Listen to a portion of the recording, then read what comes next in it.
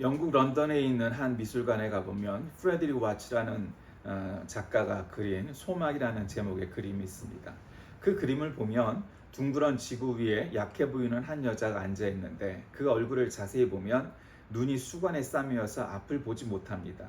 그녀의 손에는 비파가 하나 들려 있고 그 비파의 줄은 본래 7줄이었으나 6줄은 다 끊어지고 한 줄만 남았습니다. 캄캄해서 앞을 보지 못하지만 그녀는 한 줄의 비파를 계속해서 탑니다. 그 줄은 하나님께 둔 소망의 줄과 같습니다. 인간이 믿던 모든 줄이 끊어진다고 해도 소망의 줄 하나만 끊어지지 않는다면 우리는 모든 것을 견뎌낼 수 있다. 이런 메시지를 주는 그림이라고 할 수 있겠습니다.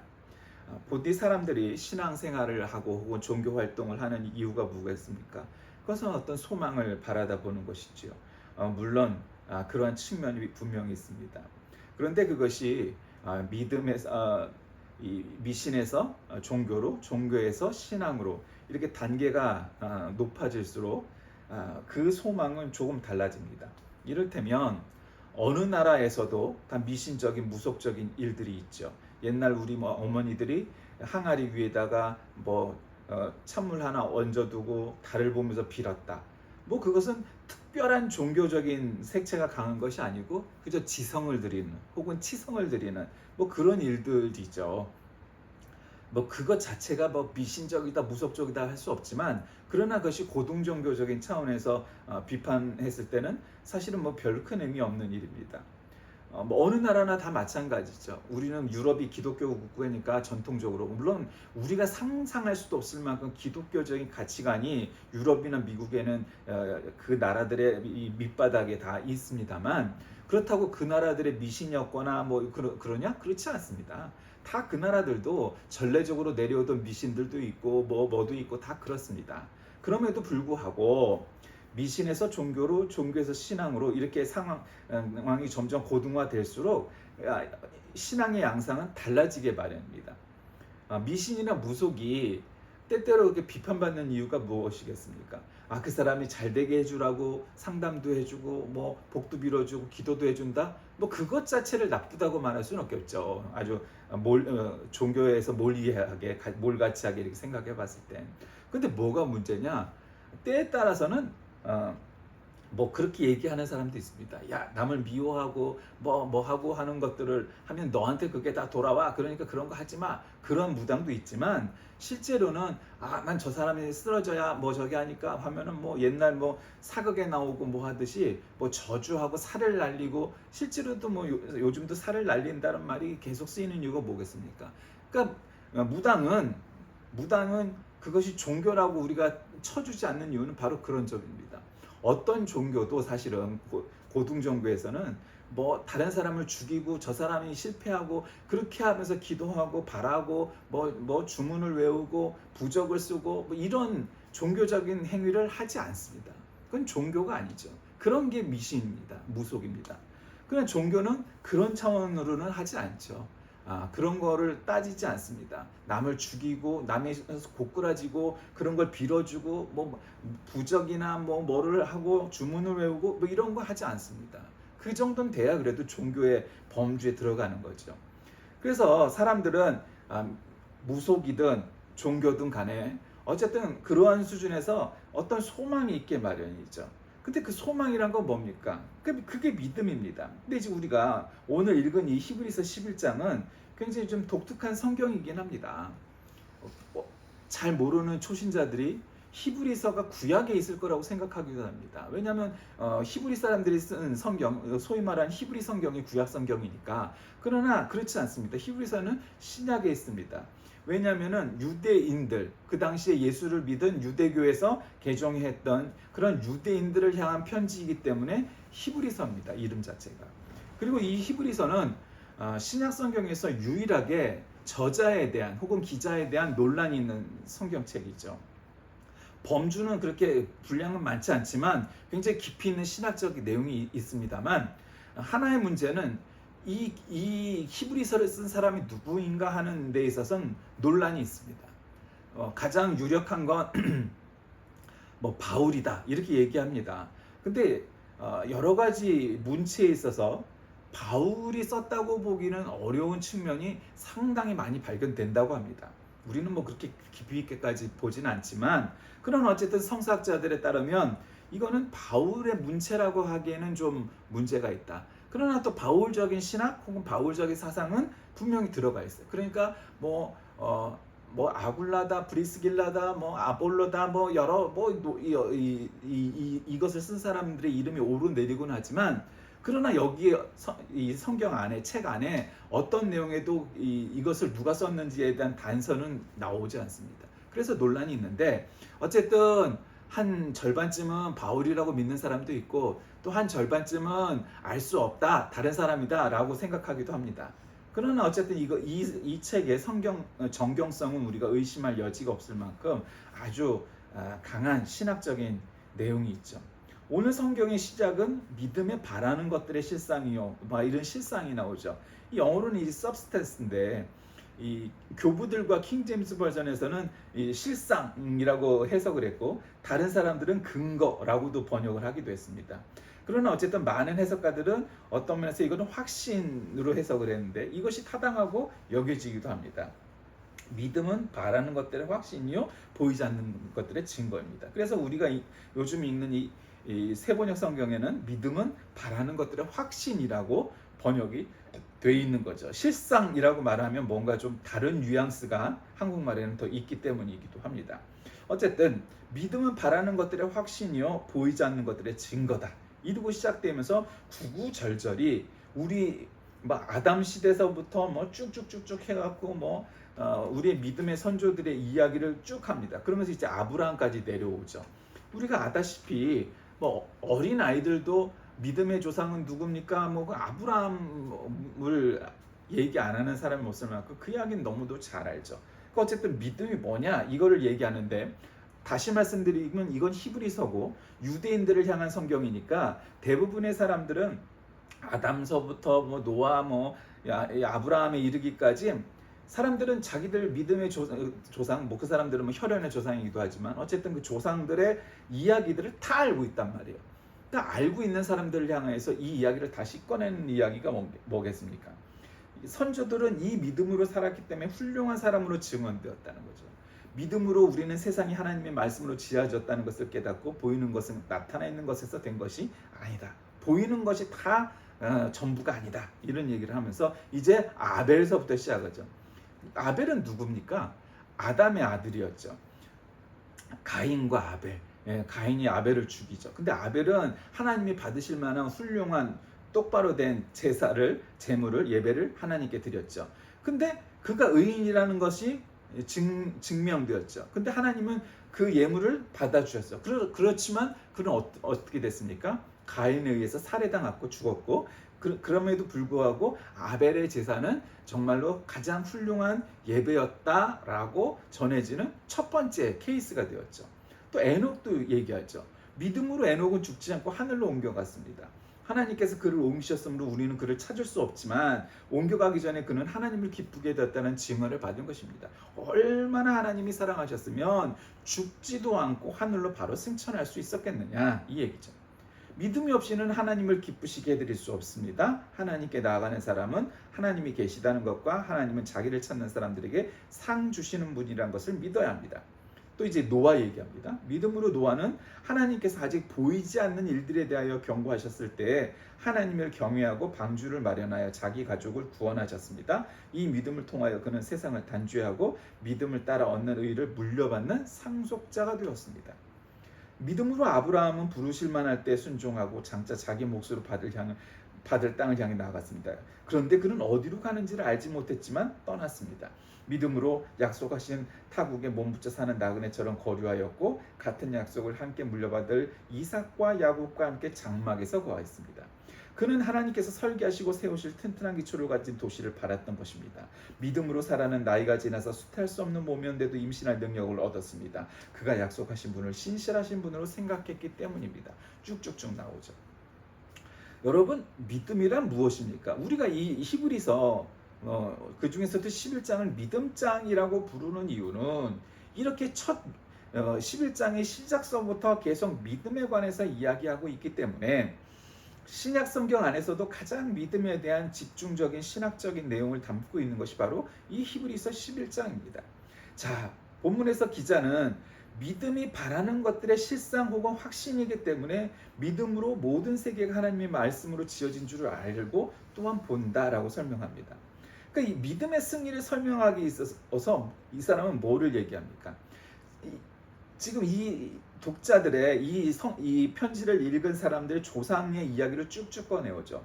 그런데 이걸 한번 뒤집어 보면 지금 이 사람들이 믿음을 가졌으니까 그 사람들은 믿음을 가진 후에 믿음을 하나님을 잘 믿음으로써 그들은 아주 행복했고 아무런 문제도 없었고 백년 해로를 했고 뭐 분가 뭐 이렇게 계속 그렇게 여러 이야기들이 계속 나왔느냐? 아니, 그렇지 않아요. 여러분, 아벨은 아주 가장 완벽하고 완전한 제사를 드린 다음에 거의 직후에 살해를 당했어요. 그런 이야기잖아요. 물론 이제 에녹은 그렇지 않습니다. 근데 노아도 사실은 또 뒤집어 보면 노아와 그의 일가 셈, 함, 야벳 이렇게 8명의 사람들이 다 아내들이 있었으니까 아들 삼형제와 그 아내들이 방주에 들어가서 살아남아갖고 다른 사람들 다 죽게 되었죠. 그건 뭐 좋은 이야기입니다만 그 후에 또 아들들한테 몹쓸 짓을 당하는 그런 일도 겪어서 뭐 그렇습니다. 요즘 노아라는 이름을 뭐 상호나 아이에게 이름을 많이 붙이지만 전통적으로 기독교 신자들 가운데 노아라는 이름을 잘 안 붙이는 이유는 바로 그러한 이유 때문에 노아라는 이름을 잘 안 붙여왔죠. 근데 어쨌든 노아도 그런 일이 있었습니다. 그러니까 믿음이 있어서 하나님께 정말 말도 안 되는 순종을 한 거죠. 여러분, 뭐 1, 2년도 아니고 수십 년, 수백 년 동안 방주를 커다랗게 지어서 너희 가족과 동물들은 구원을 받을 수 있도록 방주를 지어라. 그래서 산꼭대기 올라가서 나무로 방주를 짓는다? 이건 뭐 상식적이지도 않고 말도 안 되는 일이죠. 그러나 어쨌든 그걸로 구원을 받았습니다. 그러나 이제 그 이후에 또 실수를 함으로써 문제가 좀 있었죠. 어쨌든 그렇다면 노아도 그런 경우입니다. 근데 이제 가장 중요한 건 이제 아브라함의 이야기가 사실 오늘 본문의 절반을 차지할 만큼 길죠. 근데 이 이야기는 뭡니까? 여러분, 아브라함은 그의 아버지가 우상을 만드는 조각을 이렇게 이방 종교의 그 조각상을 만드는 우상을 만드는 사람이었습니다. 뭐 우리도 그런 거 많죠. 사찰 앞에 가면은 뭐 불상이니 뭐니 그런 거 많이 만들어갖고 팔기도 하고 또 무당한테 가면 또 무당도 뭐 그런 거에서 팔기도 하고 다른 어떤 종교도 많이 팝니다. 카톨릭도 심지어는 뭐 묵주니 십자가니 많이 팔죠. 근데 여러분, 개신교회, 개혁교회가 이런 거 많이 만들어 파는 거 본 적 있습니까? 없지는 않지만 그렇게 하지 않습니다. 물론 우리가 십자가를 달기도 하고 뭐 매기도 하고 뭐 소유하기도 합니다만 우리는 그런 무슨 십자가라든가 예수상이라든가 뭐 마리아상이라든가 이런 거 안 만들죠. 왜 그래요? 우리는 전통적으로 그런 것을 만드는 것이 위험할 수 있다는 것을 알고 있기 때문입니다. 물론 만드는 게 죄다 잘못이다 이렇게 말할 수는 없지만 그것은 때때로 잘못될 가능성이 농후합니다. 사람들이 뭔가 상을 만들어 놓고 그 앞에 가서 절하고 결국 그러기 쉽기 때문입니다. 실제로 성당에 가면은 보통 성당들 앞에는 성모 마리아 상 하나 정도는 있는데 대개 거기서 요즘은 잘 모르겠어요. 옛날에는 70년대에는 보면은 그것을 지날 때마다 합장을 하고 마치 불교에서 불상 앞에 절을 하듯이 절을 하고 또 기도문도 외우고 합니다. 이게 그런 일들이 있을 수 있기 때문에 그런 거 만들지 않는 것이 전통적으로 그러하다는 이야기입니다. 어쨌든 아브라함은 그런 사람이었습니다. 근데 갑자기 하나님께서 아브라함에게 나타나서 야, 너 싹수를 보니까 너 믿음이 괜찮다. 믿음을 가져서 믿음의 아버지라고 불릴 만한 그런 자질이 있다. 그러니 너 나를 유일한 하나님으로 믿을래? 내가 너를 유일한 내 믿음의 자녀라고 정할게. 할래? 그래서 네, 하겠습니다. 그렇게 된 거잖아요. 그래갖고 지금으로 얘기하면 이란, 이라크? 뭐 이라크 정도 된다고 알려진 그곳에서 지금의 이스라엘 있는 그 나라에 있는 데까지 옮겨오게 되죠. 그러니까 물론 이제 그게 지금으로 얘기하면 고속도로가 있다면 뭐 그렇게 아주 긴 거리는 아니지만 옛날에 이 양떼와 사람들을 이끌고 그것을 간다는 거는 그렇게 하루 이틀에 갈 문제는 아니에요. 그러니까 혼자서 차 타고 부엉 가면야 뭐 하루에는 또 갈 수 있겠죠. 지금은 물론 이제 거기에 고속도로가 뭐 놓여져 있는 건 아니지만 그러니까 그렇다는 겁니다. 그러니까 아브라함은 어디로 갈지를 모르고 출발을 한 거예요. 그러니까 여러분 이게 상식적입니까? 말도 안 되는 얘기죠. 어디로 갈지를 모르고 떠난 거예요. 하나님께서 내가 너를 젖과 꿀이 흐르는 가나안 땅으로 인도해 내겠다. 너는 나만 따라와라. 그렇게 말씀하신 약속뿐이지 사실은 어떠한 계획도 내비게이션도 없었어요. 유일한 내비게이션은 그냥 하나님이 가라는 대로 순종해서 갔던 것 뿐입니다. 그는 어떤 이 도시는 어떻고 저쩌고 어떤 여러 가지 그 제반 조건들이라든가 이런 거 듣고 떠난 게 아니에요. 그냥 내 고향을 떠나는데 사실은 지금이야 고향을 떠났다가도 1년에 몇 번씩 왔다 가는 게 고향이니까 우리는 그런 개념이 없지만 이 당시에는 고향을 한번 떠나면 내가 다시는 이곳을 못 돌아오겠구나 그런 마음을 갖고 떠나는 상황이란 말이에요. 그렇게 해서 떠나게 돼서 결국 팔레스틴 가나안 땅으로 들어가게 되는 건데 어디로 가는지를 알지 못했지만 떠났습니다. 여러분 그거를 순종함으로 인해서 실행함으로 인해서 아브라함이 바로 믿음의 아버지라는 그러한 칭호를 받은 것입니다. 그러면서 계속 이들은 유목민이니까 고향 땅에 갈 때까지 사실은 고향에 가서도 그 텐트를 치고 한마디로 사는 유목민의 생활을 했죠. 그러니까 아주 좋은 기반이 좋은 물도 펑펑 잘 나오고 풀도 아주 기름지고 땅도 뭐만 심으면 아주 그냥 잘 나는 그런 땅이 이제 될 것을 믿고 갑니다. 그리고 또 사라는 어떻습니까? 이미 나이가 100살이 돼서 결국 아무도 아이를 낳을 수 있는 나이라고 여겨지지 않는 때에 결국 이삭을 잉태하고 낳게 되죠. 그 모든 것이 다 믿음으로 인해서 생겨난 일이라는 거죠. 게다가 황당하게 지금 자식 하나도 이삭도 낳지 않은 상황에서 하나님이 이런 약속을 해주시죠. 죽은 사람이라 다름 한 사람에게 하늘의 별과 같이 또 바닷가의 모래가 같이 셀 수 없는 많은 자손이 태어나게 될 것이다. 여러분 아무리 아브라함이 믿음이 사람이었지만 생각해보면 하나님이 해도 너무하는 거 아니야. 지금 나는 어디로 갈지를 모르고 따라 나선 몸인데 그런 믿음을 가진 사람인데 아니 어떻게 나한테 하늘의 별과 같이 바다의 모래와 같이 그렇게 나의 자손이 많을 것이라고 얘기해. 근데 나한테는 자손이 지금 없는데 그리고 나는 이미 100살이 된 노인인데 내가 그럴 수 있을까? 여러분 그럴 수 있을 거 아니에요. 상식적으로 혹은 요즘 현대인들 좋아하는 과학적으로 합리적으로 말도 안 되는 이야기죠. 근데 결국 그 아브라함과 사라가 자손을 잉태하죠. 바로 그가 이삭이었습니다. 이 사람들은 모두 믿음을 따라 살다가 죽었습니다. 그들은 약속하신 것을 받지는 못했지만 그것을 멀리서 바라보고 반겼으며 땅에서는 길손과 나그네 신셈을 고백하였습니다. 여러분 이 대목이 중요합니다. 그들은 약속하신 것을 받지를 못했대요. 그러면 하나님이 뻥을 치신 건가? 거짓말을 한 건가? 사기를 친 건가? 그렇게 생각할 수 있겠죠. 그 이야기가 아니라 그들은 당대에 그 모든 것들을 다 물론 가나안 땅에 들어가는 약속은 당연히 지키셨지만 하늘의 별과 같이 이런 정도는 아니었죠. 당연히. 아니 그 당시에 하나님을 믿는 사람은 아브라함 일가밖에 없었습니다. 심지어는 같이 떠났던 조카 롯도 하나님을 안 믿고 이런 난리를 쳤잖아요. 그러니까 그 당시에 무슨 자손들이 특히 신앙을 가진 자손들이 어마어마했겠어요? 아브라함과 이삭밖에 없었던 거예요. 그렇지 않겠어요? 그러니까 그 당시에 하늘의 별과 같이 바다의 모래와 같이 자손을 못 봤다는 얘기예요. 뿐만 아니라 그 당시에 그런 이 민족으로 인해서 한 나라가 왕국이 건설될 것을 여러분 염두에 뒀겠어요? 상상할 수 없는 일이었죠. 그냥 부족이에요, 부족. 크게 말해봐야 부족이에요.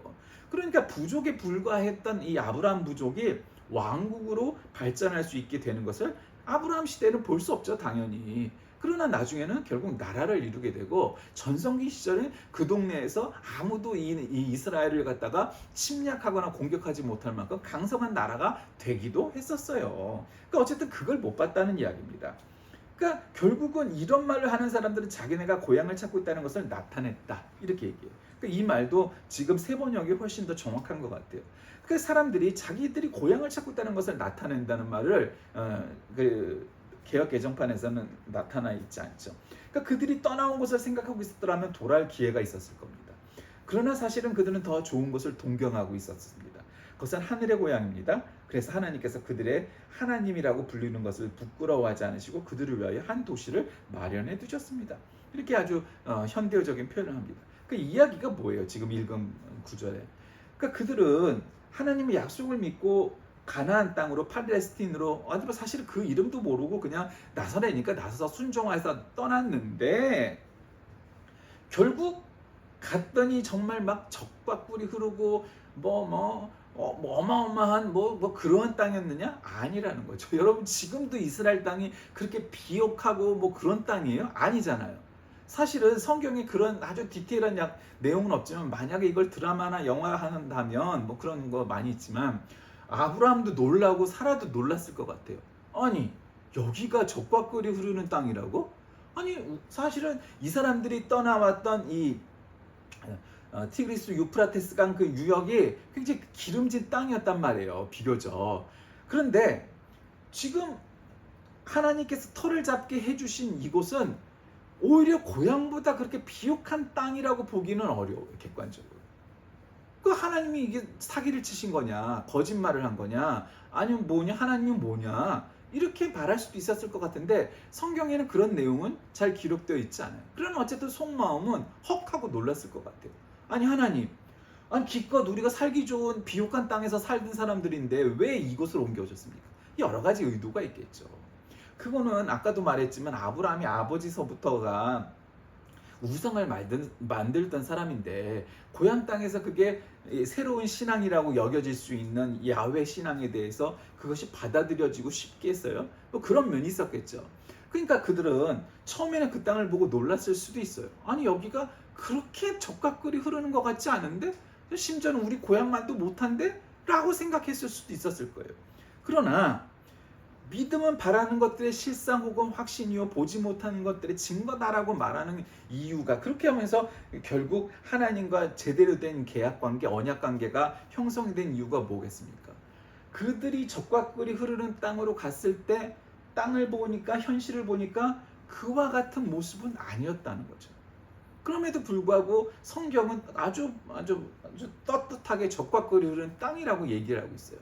그 지금의 이스라엘이 기술이 발전하고 이러니까 훨씬 더 나아졌겠지. 땅이 옛날부터 못하게 하겠어요? 얼마나 그냥 먹는 거 마시는 거 이거를 위해서 아주 전쟁을 불사할 만큼 이스라엘이 그렇게 노력해 왔는데 그러니까 지금보다 나을 리가 없단 말이죠. 그 당시 수천 년 전에. 그런데 그럼 이 이야기에 뭐냐? 적과 꿀이 흐르는 땅으로 인도해 내시겠다는 하나님의 의도가 뭐냐? 별반 아주 좋게 얘기해도 거기서 거기. 사실은 떠나왔던 고향보다도 못한 그곳으로 인도해 내신 까닭이 무엇이겠습니까? 너희는 그곳에서 제대로 된 신앙을 가질 수 없다. 새로운 곳에서 아무도 너희들 아는 사람 없는 곳에서 새로운 신앙을 시작해라. 그런 것 아니겠습니까? 그러니까 적과 꿀이 흐르는 땅이 우리들의 눈으로 보이는 물리적인 속에서는 바라다 볼 수 있는, 확인할 수 있는 그런 것이 없었음에도 불구하고 하나님은 이곳을 젖과 꿀이 흐르는 땅이라고 말씀하시고 데려갔다는 거예요. 여러분 그게 믿음입니다. 그 믿음이란 우리 눈에 보이기에 어마어마하게 환경이 좋고 행복하고 넉넉하고 유복하고 그러는 것이 우리는 행복하고 복되고 축복받았고 어쩌고 저쩌고 좋은 것이라고 말을 하곤 합니다. 내가 예전에 새벽 기도 때마다 정말 기도도 크게 하는 권사님이 있었는데 나는 그분의 새벽 기도를 매일 아침에 똑같은 새벽 이 기도가 똑같습니다. 아주 테이프를 틀어놓고 LP판을 갖다 튼 것처럼 아주 내용이 똑같아요. 그 자식이 이남 이녀였는데 큰 아들서부터 시작해갖고 막내딸까지 그냥 아주 내용이 그냥 똑같습니다. 매일매일이 똑같아요. 뭐는 하고 이제 그 중에서 뭐가 아프거나 사고가 있었을 때만 조금 그게 들어가고 나머지는 레파토리가 아주 똑같아요. 내가 기억을 할 만큼. 내가 다른 가족들의 자식들은 기억이 안 나지만 그 권사님의 아들이 이남이었다는 건 지금도 기억이 날 만큼 25년 정도가 됐는데도 그게 지금도 기억이 나. 잊어버려지지가 않아. 그 기도는 아침마다 들었으니까. 그럼 그 기도가 진정한 기도이냐? 그렇지 않습니다. 그분만 그랬던 게 아니고 신자들의 대부분이 기도라고 말하면서, 물론 그 마음이 이해가 되죠. 자식을 낳아보면 그 자식이 잘나면 잘날수록 아니면 아닐수록 그렇습니다. 예전에 제가 전화를 한번 받은 적이 있는데, 신자가 아니고, 물론 신자인데 우리 교회 신자는 아니고, 어쨌든 어떻게 뭐 인터넷인지 어디서 알았는지 모르겠지만 그때 전화를 해갖고 한 7, 8번쯤 전화를 받은 것 같습니다. 근데 이제 요약하자면 이 이야기입니다. 한 권사님쯤 될 듯 싶은 연배였어요.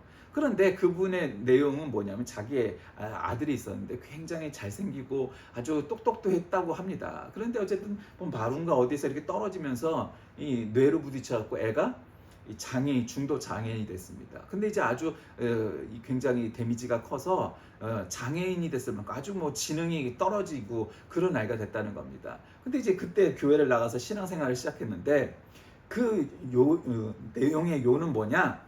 아니, 왜 하나님은 내가 새벽마다 기도도 하고 새벽마다 헌금 뭐 10,000원씩 했겠죠. 뭐 100일 기도니 1000일 기도니 해가면서 했는데 응답을 안 하신다는 겁니다. 왜 하나님은 응답 안 하실까요? 그러니까 그 이야기를 설명하는데 참 힘들었습니다. 왜 힘드냐? 여러분, 우리가 병에 걸려서 하나님 앞에 기도를 하면 100이면 100다 그 병이 낫지 않습니다. 그러면 하나님이 능력이 없어서이냐? 그렇지 않습니다. 하나님의 뜻, 섭리가 어디에 있는지 우리가 아는 것이 먼저 중요합니다. 아까 아벨은 최초로 잘 드린 예배라는 케이스, 제사라는 케이스를 드리고도 그 다음에 바로 그것도 형한테, 바로 친형한테 죽임을 당해서 죽게 되었습니다. 그러면 그 예배가 무가치하고 제대로 된 예배가 아니었으니까, 아니면 믿음이 없었으니까 그가 살해를 당한 것입니까? 그렇지 않습니다. 그는 제대로 된 예배를 드려서 하나님께 칭찬을 받았음에도 형에게 살해를 당합니다. 얼마나 가슴 아픈 일입니까? 그 엄마 아버지는 어땠겠습니까? 자, 그 형제 간에 그런 일들이 벌어졌을 때 부모의 마음은 어떻겠습니까? 그러니까 우리가 분명히 알아야 될 것은, 우리가 미신이나 혹은 일반 종교에서 얘기하는 것처럼 그냥 내 필요에 따라서, 내가 부족한 것에 따라서 새벽마다 열심히 아주 땀을 흘리며 눈물을 흘리며 소리를 지르며 방언으로 기도를 세게 하면 그 기도가 응답될 것이라는 말은 성경 어느 구절에도 나와 있지 않습니다. 여러분, 순교자가 그러면 왜 나왔겠습니까? 그렇지 않습니다. 그러니까 요는 뭐냐?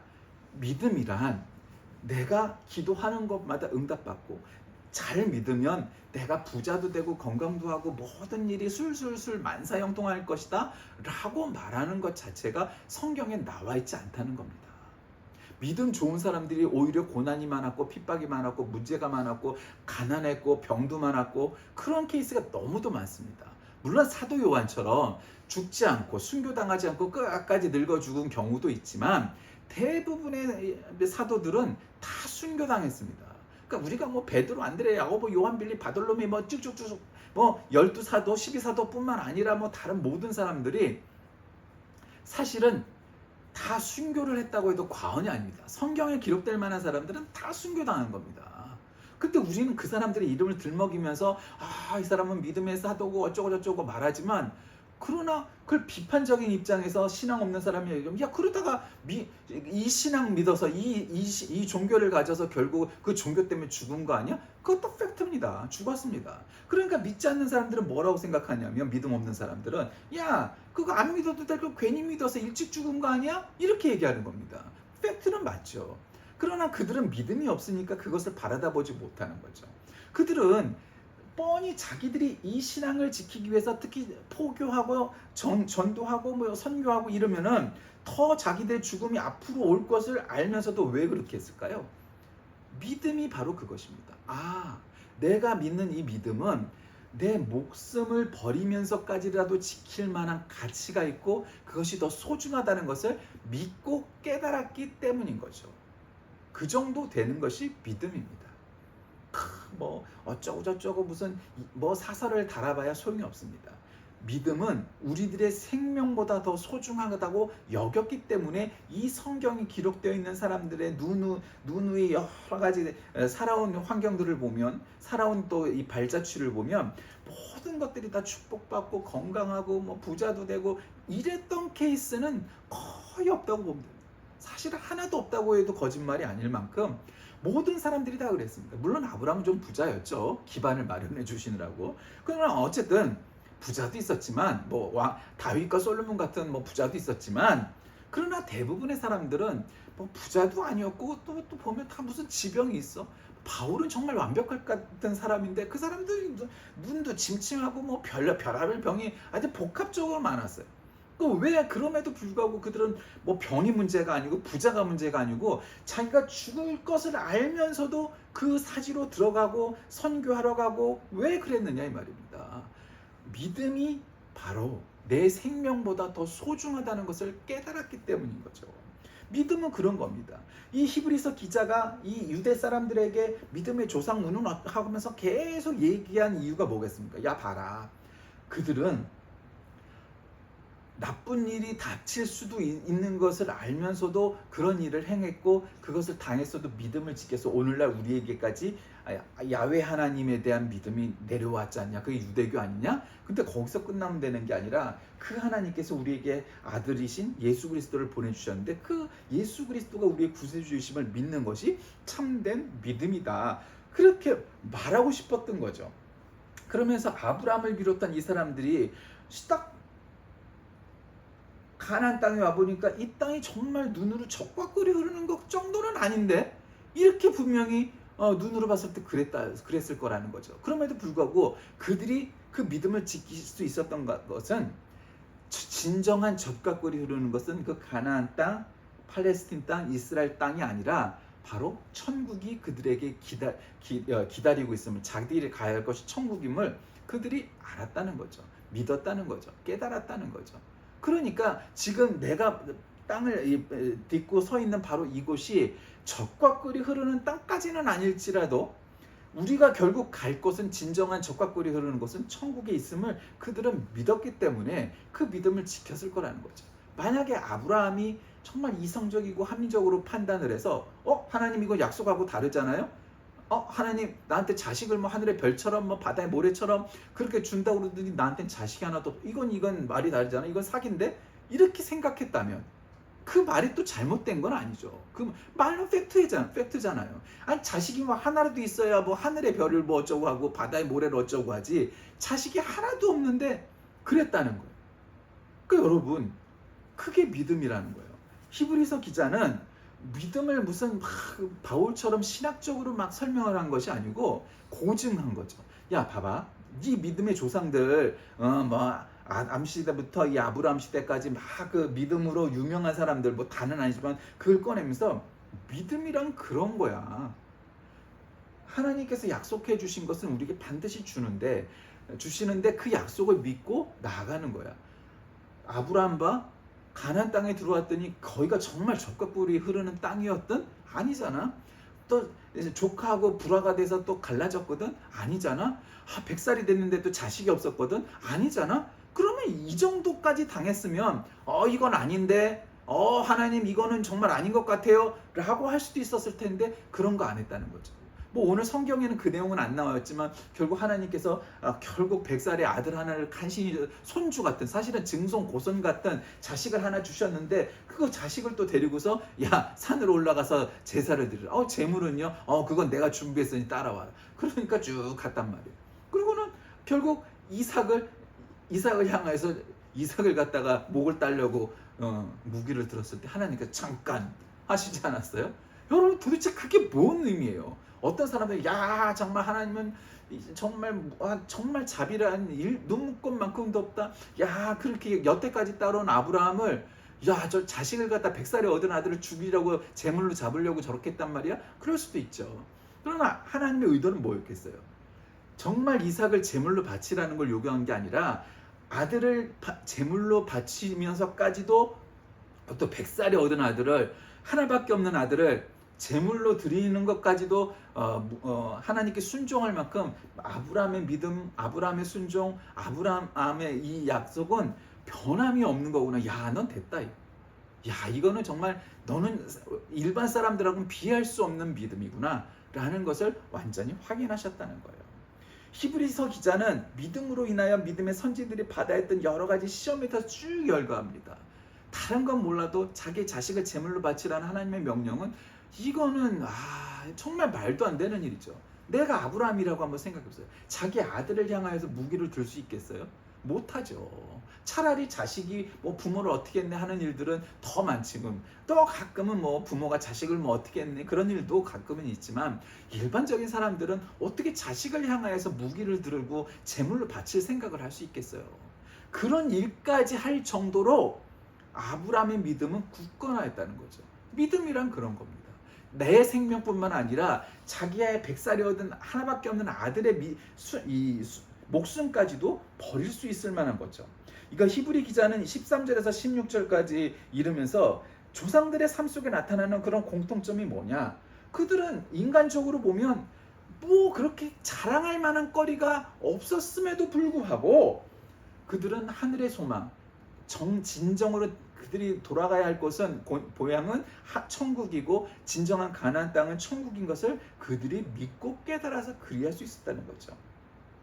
본향을 소망하는 성도는 이 세상에서 살아가는데 그렇게 살아갈 수 있는 거죠. 어려움이 있을 수 있고 문제도 있을 수 있고 상황도 그럴 수 있음에도 불구하고 이 땅에서의 생활이 전부가 아니라는 것을 깨달은 겁니다.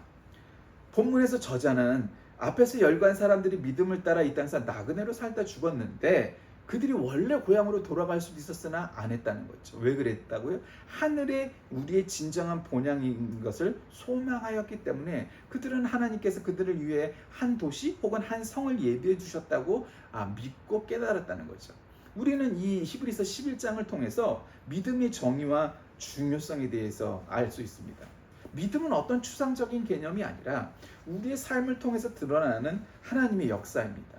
인간은 모두 나약하지만 그리스도에 관한 믿음을 소유한 자는 이런 환경을 극복하는 능력 있는 삶을 살게 되죠. 우리는 믿음의 선진들이 가졌던 훌륭한 신앙을 우리도 아브라함과 같은 믿음을 갖고 있는가 짚어봐야 됩니다. 내가 신앙생활을 몇 년 했는데 따위의 문제가 아니고 정말 자식이었던 이삭을 제물로 바칠 만한 믿음이 있었는가 하는 겁니다. 어려운 환경 속에서 하나님이 나한테 거짓말을 하셨네, 사기를 쳤네, 여기는 적과 꿀이 흐르는지 아는데 그게 아니라 그들이 본 것은 진정한 적과 꿀이 흐르는 천국을 바라보는 소망을 갖고 있었다는 것입니다. 바로 그것이 믿음입니다. 우리들의 믿음은 어떠합니까? 우리가 정말 천국에 대한 소망을 우리 마음속에 같이 갖고 우리가 지금 오늘 본문에서 읽은 것처럼 그런 고난과 역경을 이겨나가면서도 믿음을 지켰던 믿음의 조상들처럼 우리는 그러한 믿음을 갖고 있습니까? 이 믿음이 바로 여러분들의 믿음이 다 되시길 주의 이름으로 간절히 기도하겠습니다. 살아계신 하나님, 우리는 믿음의 조상들을 통하여 믿음이란 무엇인지를 다시금 되새겨봅니다. 믿음이란 어떤 관념적이고 추상적인 것이 아니고 실제적으로 우리가 겪는 속에서 우리들의 삶이 열악하고 때로는 정말 퍽퍽하지만 그럼에도 불구하고 우리들이 적과 꿀에 흐르는 것은 바로 이 땅에 있는 것이 아니라 천국에 있음을 기억하면서 그 소망과 그 믿음을 지켰던 믿음의 조상들처럼 살아가게 하옵소서. 모든 말씀 예수 그리스도의 이름으로 간절히 기도드립니다. 아멘.